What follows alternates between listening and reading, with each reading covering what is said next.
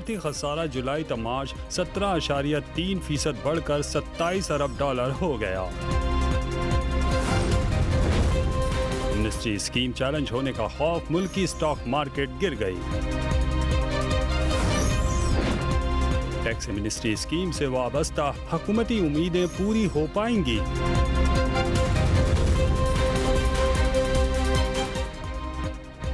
ناظرین، روپیہ پیسہ میں آپ کو خوش آمدید کہتے ہیں۔ میں ہوں علی ناصر۔ آج جس موضوع کے اوپر ہم بات کریں گے وہ بنیادی طور پر یہی ہوگا کہ کیا لا میکرز کا، کیا گورنمنٹ کا کوئی وہ احتساب نہیں ہو سکتا اس سلسلے میں وہ کس طرح کے قوانین تیار کرتے ہیں، اور خاص طور پہ جب ٹیکس کے متعلق وہ قوانین تیار کرتے ہیں اور بجٹ کے لیے بھی جب فائنانس بل لے کر آئیں گے تو کیا کوئی قانون لاگو نہیں ہوتا؟ اب دیکھیں این آر او کی بات کی جاتی ہے، بہت شور شرابہ ہوا ہے این آر او کے اوپر، وہاں پر بھی ہم نے دیکھا کہ مجرم کو اس وجہ سے معاف کر دیا جائے گا کیونکہ وغیرہ وغیرہ وغیرہ۔ اس وقت بھی کورٹس نے بڑا اچھا فیصلہ دیا، اس کے نتیجے میں میں کہہ سکتا ہوں جو مجھے یاد ہے این آر او وہ کل عدم ہو گیا۔ لیکن اب یہ ٹیکس ایمنسٹی اسکیم لے کر آئے ہیں، اس کی وجہ سے بہت سی بے چینی پھیل گئی پورے ملک کے اندر، لوگ بہت زیادہ پریشان ہو گئے۔ ہمیں تو لالی پاپ دے دی عوام کو، بولا 1 لاکھ روپے تمہاری تنخواہ ہوگی تو تمہیں انکم ٹیکس میں ہم چھوٹ دے دیں گے ماہانہ اگر ہماری 1 لاکھ روپے تنخواہ ہے، اور باقی جو ہم نے جتنی دولت لوٹی، جتنا سرمایہ کما کے باہر ممالک کے اندر بھیج دیا، اور یہاں پاکستان کا انہوں نے جناب آپ ان سے بولیں تو وہ سرٹیفکیٹ آپ کو دیں گے محب وطن ہونے کا، حب الوطنی کا سرٹیفکیٹ، اور جو لوگ سرٹیفکیٹس دے رہے ہیں ان سے سوال یہ بنتا ہے کہ آپ کی ساری جائیداد باہر ہے، آپ کے بچے باہر ہیں، آپ کی فیملیاں باہر ہیں، اور آپ ہم سب کو کویسچن کرتے ہیں جو اس ملک میں رہ کر اس ملک میں ٹیکس دے رہے ہیں، آج آپ اپنا سارا کالا دھن اس ملک کے اندر لے کر آ جائیں گے اور پری ٹیکسٹ کیا بنائیں گے کہ جناب والا ہم تو مظلوم ہیں، ہم تو مایوس اور مفلس ہیں، ہمارے ساتھ بڑی زیادتیاں ہوئی ماضی کے اندر۔ قانون اس کی اجازت دیتا ہے، آئین اس کی اجازت دیتا ہے، اس کے متعلق بات کریں گے کیونکہ عام عوام پریشان ہیں، بے بس ہے، بے چین ہے۔ یہاں پر میرے ساتھ بہت ہی اہم مہمان شامل گفتگو ہوں، بیرسٹر شاہدہ جمیل صاحبہ، سابق وفاقی وزیر قانون، آپ کو ویلکم کرتا ہوں میڈم شو۔ السلام علیکم۔ یہ جو قانون بنانے کا سلسلہ ہے، اور خاص طور پہ جب معاشی معاملات کی بات کی جاتی ہے، اقتصادی معاملات کی بات کی جاتی ہے، تو یہاں پر کیا حکومت اور ہماری آئین بنانے والی اسمبلیاں ہیں یہ شتر بے مہار ہیں، یہ جس طرح کا مرضی قانون بنا دیں اپنے انٹرسٹ کو پروٹیکٹ کرنے کے لیے، ان کو اجازت ہے بیرسٹر صاحبہ؟ یہ جو عجیب بات ہے کہ جس پارٹی سے تعلق رکھتے ہیں وزیر اعظم، اس میں ان کے پارٹی کے سربراہ جو سمجھیے کہ ایک قسم کے جو معزز ہستی جو ہے وہ دنیا تمام پورے پاکستان میں پھر رہی ہے، ووٹ کا تقدس کی بات ہو رہی۔ یہاں پہ اچانک پاور آف آرڈیننس ضرور دیا گیا ہے، آپ 4 مہینے کے لیے کوئی خاص وجہ ہو، بہت ہی اہم وجہ ہو تو آپ آرڈیننس باقاعدہ اس کو شائع کرتے ہیں۔ جب یہ آرڈیننس آتی ہے تو یہ باقاعدہ پرائم منسٹر کے دفتر سے آتی ہے اور پھر پریزیڈنٹ اس کو سائن کرتا ہے کیبنٹ کے تھرو آ کے۔ مین چیز جو پوچھنا چاہیے کہ کیا وہ 342 ایم این ایز جو بیٹھے ہوئے ہیں ہمارے نیشنل اسمبلی میں اور جو 104 سینیٹرز بیٹھے ہوئے ہیں، ان کے ووٹ کا کوئی تقدس نہیں ہے کہ اتنے بڑے معاملے میں وہ جو ٹیکس سب کے اوپر اس کا اثر پڑے گا، وہ بہت سے لوگوں کے جو کالا ووٹ میں نون کا اضافہ کر دیں نوٹ بن جاتا ہے۔ وہ تو ووٹ کو نکالنا پڑے گا نا پھر وی کو۔ مین چیز ہے کہ یہاں پہ ان باتوں سے بہت زیادہ تشویش ہے کہ آپ نے اتنا بڑا قدم لیا ہے اور اس میں آپ نے نہیں پارلیمنٹ کو استعمال کیا، پارلیمنٹ کی آپ نے شور مچائی، جگہ جگہ گئے ہیں، ان کی تقدس کی بات کی، لیکن نہ آپ پارلیمنٹ میں جاتے ہیں ٹھیک سے، اور نہ آپ پارلیمنٹ کو موقع دے رہے ہیں کہ وہ اس معاملے کو دیکھ کے اپنا فیصلہ باقاعدہ How can we have exceptions in the eyes of law؟ اور یہاں پر exception in the eyes of law کا سلسلہ اٹھ سکتا ہے کیونکہ ابھی یہ جب سے معاملہ سامنے آیا لوگ کہہ رہے ہیں کہ جناب یہ چیلنج ہو جائے گی ایمنسٹی اسکیم، تو آپ کے خیال سے اس کی کیا انٹرپریٹیشن نکلے گی؟ جی ہاں، 2 طریقے سے چیلنج ہوگی۔ ایک تو ہے کہ پراپرٹی جو ہے وہ ہے صوبے کی صوبے کا سبجیکٹ ہے 18ویں امینڈمنٹ کے بعد، لہٰذا فیڈرل گورنمنٹ اوپر سے بیٹھ کے اس کے اوپر راج نہیں کر سکتی۔ یہ جو بھی انہوں نے کیا ہے 2010 میں، اب اس کو بیٹھ کے ان کو بھگتنا پڑے گا۔ اگر وہ اس کو جس کو کہتے ہیں اس کے خلاف جاتے ہیں، جن پارٹیز نے خود اس کو دستخط کیا ہے، تو اس کا مطلب ہے کہ چیلنج ہوگا اس بنا پہ۔ دوسری بات ہے کہ یہ ایک خاص گروپ کو ایک قسم کی فائدہ دیا جا رہا ہے. بینیفٹ دیں گے. یہ پہلی ٹیکس ایمنسٹی اسکیم نہیں ہے, تقریباً میں 5ویں دفعہ انہوں نے کوشش کیا. مجھے یہ بتائیں کہ وہ شخص کاکا منا ہوتا ہے جس کو پتہ نہیں ہوتا کہ جناب میں اپنے پیسے ملک سے باہر لے کر جا رہا ہوں, وہ بڑا معصوم ہوتا ہے, اس کو پتہ ہے غلطی سے پیسے باہر چلے جاتے ہیں, بریف کیس میں کوئی لے جاتی ہے دوشیزہ. غلطی سے کچھ نہیں جاتا ہے, دیدہ دانہ سے آپ نوٹس رکھ رہے ہیں تو ایسے تو نہیں غلطی سے جا رہا ہے, آپ کو پتہ ہے کہ آپ کیا کر رہے ہیں, ہوش حواس آپ کے موجود ہیں. اور یہ سوچنا کہ کالا دھن واپس آئے گا اگر یہ پینلٹی, نہیں, جو چیزیں اب تک جو سامنے آئی ہیں اس میں یہ ہے کہ صرف اگر آپ ڈکلیئر کر دیں, واپس لانے کی کوئی بات نہیں, صرف آپ اس کا اعلان کر دیں, آپ اس کو تسلیم کر لیں قانونی طور پہ, تو پھر آپ پہ یہ پینلٹی لگ سکتی ہے 5% فورن ایسٹس کی. 5% کھربوں روپے کی, کیا آئے گا پاکستان میں؟ کچھ بھی نہیں, یہ مذاق ہے. بلکہ اس میں عجیب چیزیں ہیں کہ انہوں نے اتنی جلدی کی ہے تاکہ الیکشن میں باقاعدہ ایسا نہ ہو کہ اگر کیٹے کا گورنمنٹ آئے تو پھر اس کو چھو نہ سکے, ان کو کسی طریقے سے ان ایسٹس کو پکڑ نہ سکے. تو یہ تو صرف کالے دھن کو بچانے کی کوشش. یہ آرڈیننس جو بنائی جاتی ہے یہ بیسیکلی صدر بنا کے پیش کرتا ہے. نہیں, میرے قانون نہیں, آرڈیننس بنتی ہے کیبنٹ کے ذریعے سے, منسٹری آف لا آرڈیننس باقاعدہ اس کو ڈرافٹ کرتی ہے, کیبنٹ اس کو اپروو کرتی ہے, پرائم منسٹر اس کے اپروول, فائنل اپروول دے کے پھر جاتا ہے صدر کے پاس دستخط. اور صدر جو ہے وہ ملک کا آئینی سربراہ ہے. جی, صدر کی کوالیفیکیشن آئینی طور پر کیا ہوتی ہے میڈم, کہ وہ کیا آئین کا ماہر بھی ہونا چاہیے میرے خیال سے, کیونکہ وہ آئینی سربراہ ہے, کانسٹیٹیوشنل ڈیسیژن لیتا ہے. ان کے اوپر بھی 62 اور 63 کی جو کوالیفیکیشنز ہیں بس وہ ضرور لاگو, جس میں ایمانداری, اس میں آپ کے ملک کی تحفظ, ان ساری چیزوں کی ان کے اوپر باقاعدگی سے اس کی ان کے اوپر یہ ذمہ داریاں ہیں. اور سب سے بڑی چیز ہے کہ ان کو یونٹی آف دا ریپبلک کی حیثیت ہے, جس کا مطلب ہے کہ جب وہ بنتے ہیں اس منصب پہ آتے ہیں تو پورے پاکستان کے ذمہ دار ہیں وہ. But there is a tremendous load of constitutional میں کیا کہوں گا اسے, ذمہ داریاں ہیں, تو وہ تو پھر ان کے بھی ایمبٹ میں آئے گا. وہ بھی بزنس مین آدمی ہیں, پہلے کراچی چیمبر کے صدر بھی رہ چکے ہیں, نام نہیں یاد آ رہا مجھے, خیر وہ نام میرے ذہن سے نکل گیا, میں معذرت چاہتا ہوں, وہ کم دکھتے ہیں تو اس لیے نام ذہن سے نکل جاتا ہے. بھائی مجھے اس کے لیے کوئی سزا نہ دیجیے گا. یہاں پر میں ایک چھوٹی سی بریک لوں گا, بریک کے بعد واپس اسی موضوع کے اوپر گفتگو جاری رکھتے ہیں. Let's take a short break.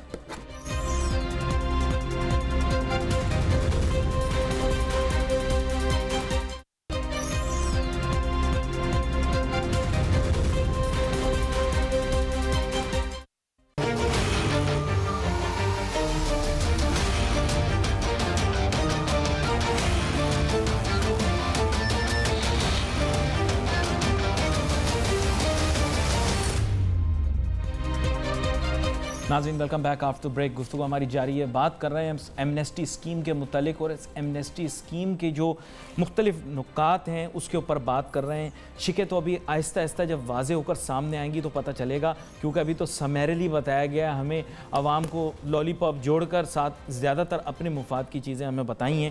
اس کا ذرا ایویلیویشن بھی ذرا سا ہو جائے کہ اس کے اندر کیا کیا چیزیں موجود ہیں. میرے ساتھ بڑی اہم مہمان آج شامل گفتگو ہیں بیرسٹر شاہدہ جمیل صاحبہ. بیرسٹر صاحبہ تھوڑا سا اس کو ایویلیویٹ کر کے بتائیں اس میں کیا کیا شامل ہے, اور یہ ہمارے سیاستدان اتنے جذباتی کیوں ہیں اس کو جلد سے جلد لاگو کرنے میں. لاگو تو ہو گیا, اب اس پر عمل درآمد کرانے میں کیونکہ وقت کم ہے, مقابلہ سخت ہے, اور اس کے نتیجے میں یہ چاہ رہے ہیں کہ اس سے کیئرٹیکر گورنمنٹ سے پہلے کم از کم یہ اپنے اثاثے جتنے ہیں ان کو بالکل صاف کر دیں, تاکہ نہ بیرونی طاقت نہ اندرونی طاقت اس کو چھو سکے, کیونکہ وہ جائز بن جائیں, تو ان کے جو کھربوں روپے ہیں وہ بچ جائیں. اس میں جو چیز عجیب سی ہے وہ یہ ہے کہ باہر کی جو کھربوں روپے صرف اس کا اعلان کرنا ہے اور پینلٹی دے دینی ہے 5%. اس کو لانے کی کوئی دباؤ نہیں ہے, اگر لے کے آئیں گے تو الگ چیز ہے, مگر اگر نہ چاہیں تو نہیں سے کوئی دباؤ نہیں کہ ان کو لے کے آئیں, بلکہ وہ ساری فکس ایسیٹس جو ہے قانونی ہو جائے گی. یعنی میرے ملک کی دولت اگر باہر غلط طریقے سے گئی ہو, میں نہیں کہتا صحیح غلط ہے, لیکن واپس نہیں لانی, ڈکلیئر کرنی ہے. نہیں, اس میں آپشن ہے, آپ چاہیں تو واپس لے آئیں. جب ابھی تک جتنی چیزیں سامنے آئی ہیں, پرائم منسٹر صاحب نے جو باقاعدہ اس کا اعلان کیا ہے, اس میں جو چیزیں آئی ہیں اس میں یہی ہے کہ اگر وہ چاہیں تو لے آئیں, اور اگر نہ چاہیں تو صرف وہ 5% اپنی پینلٹی دے دیں, اور وہ چیز اس کو فوری طور پہ مان لی جائے گی کہ وہ جائز ہے. اب اس میں جو قانونی نقطہ یہ ہے کہ ایک دفعہ وہ جائز ملک جائز قرار دے دے تو پھر باہر کے ممالک جو ہیں وہ سب